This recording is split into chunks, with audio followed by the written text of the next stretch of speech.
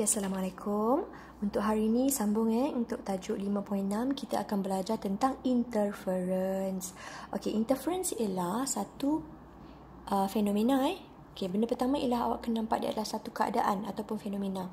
Dia melibatkan satu-satunya fenomena ada prinsip. Okay, prinsip yang terlibat ialah prinsip superposisi gelombang. Okay, apa benda yang cikgu cakap ni? Okay, kita tengok. Apa itu prinsip superposisi? Prinsip superposisi means ada dua gelombang, dia macam interact tau, dia berhubung secara paduan. Maknanya dia berpadu lah. Gitu. Alright, cuba tengok. Andai kata ada gelombang kiri dengan gelombang kanan, dia bertembung macam tu. Nampak anak panah ni kiri jumpa kanan. Bila dia bertembung, dia akan menghasilkan paduan. Means, kalau dia adalah A, jumpa A plus A. So, dia macam algebra sikit lah. Awak akan dapat 2A. Okay.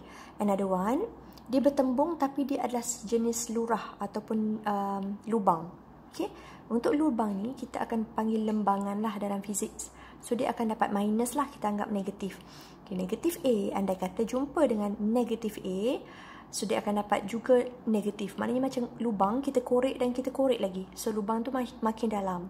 Okay, andai kata dua fenomena ni berlaku, awak kena tahu kedua-duanya adalah membina.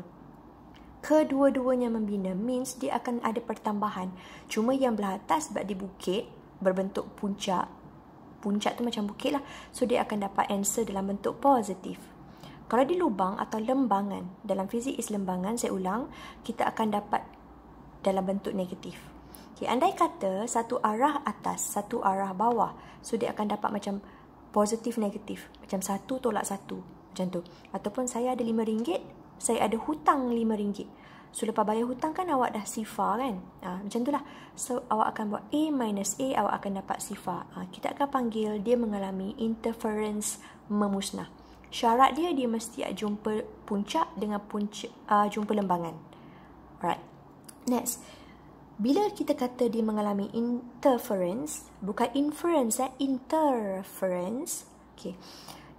Inference lain, kita dah buat eksperimen which is inference ni dia melibatkan bergantung kepada apa? Saya kenyang, bergantung kepada makan. Okay, panjang, bergantung kepada lebar, contoh. Okay, so dia tak ada kena-mengena. Yang hari ni kita belajar ialah interference, sejenis fenomena. Okay, cikgu bila interference ni boleh berlaku? Dia mesti melibatkan satu sumber sebelah kiri, satu sumber sebelah kanan. So, dia akan dapat satu jarak lah. Kalau saya buat dengan jari saya ni, akan dapat jarak. Macam tu.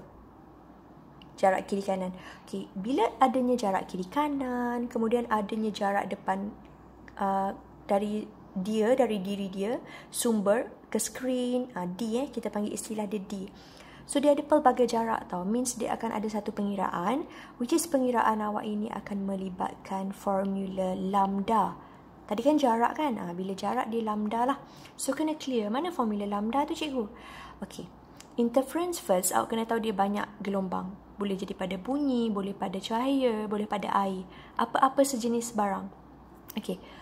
Mana fenomena punya formula? Awak boleh tengok dekat sini. Okay. Tadi saya kata ada sumber kan? Dan ada jarak kan? Lepas tu saya bagi tahu daripada sumber tu dia akan ada pula jarak ke skrin kan? So, dah ada A, dah ada D. Kemudian, bahagian yang awak dengar, tak dengar. Dengar, tak dengar. Itu gelombang bunyi. Ataupun, nampak, tak nampak. Nampak, tak nampak. Itu gelombang cahaya. Contoh So, antara bahagian yang sefasa ni, dengar dengan dengar yang sebelahnya, nampak dengan nampak sebelahnya, ia berturutan tau. Jangan ambil yang jauh, ambil yang berturutan.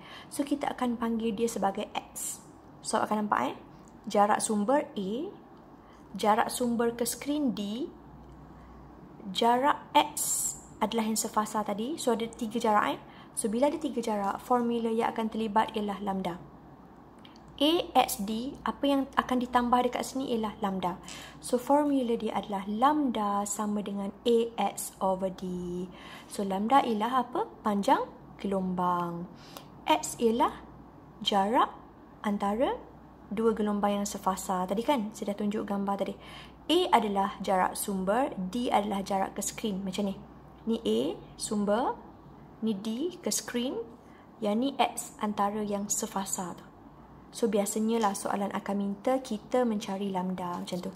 So bila dia suruh cari lambda, awak masukkan saja pemboleh ubah algebra tu.